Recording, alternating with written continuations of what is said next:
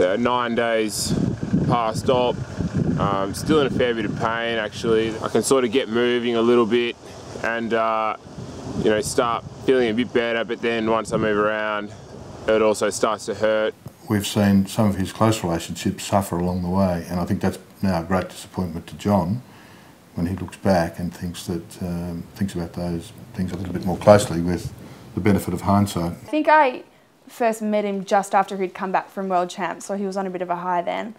And yeah, he always spoke about, you know, what it was like rowing for Australia, and then after he got injured, he just wants to kind of get back to that point. We've been having some testing times over the last couple of months, going back a bit to the start of this year, end of January, coming back from Canberra.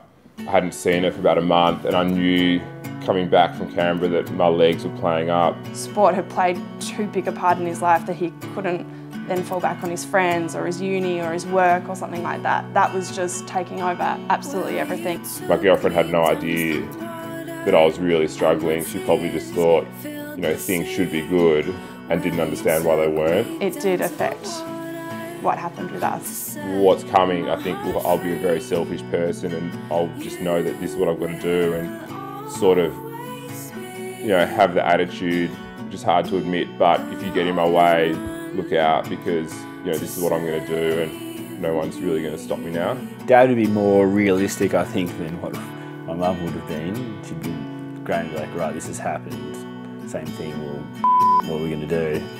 Whereas Mum would just be a little bit more like, oh, just more panic, I think. I remember one Sunday morning, 3 hours, just talking through with John his issues. Maybe living in Hamilton as well, they can't be there for him every day as he has to do those things. I've always been really close with Dad and, you know, really honest with him, and he's always been able to talk to me and help me, you know, manage, you know, emotional situations. John and I have similar personalities in some respects. We would both find it difficult to end the day without making some measure of, or some step forward. It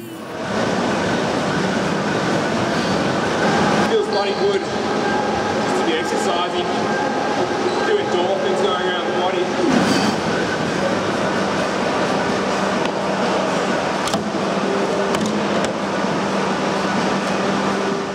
I've always tried to find a thread of good news. No matter how bad things might get, there's always something that you can actually latch onto.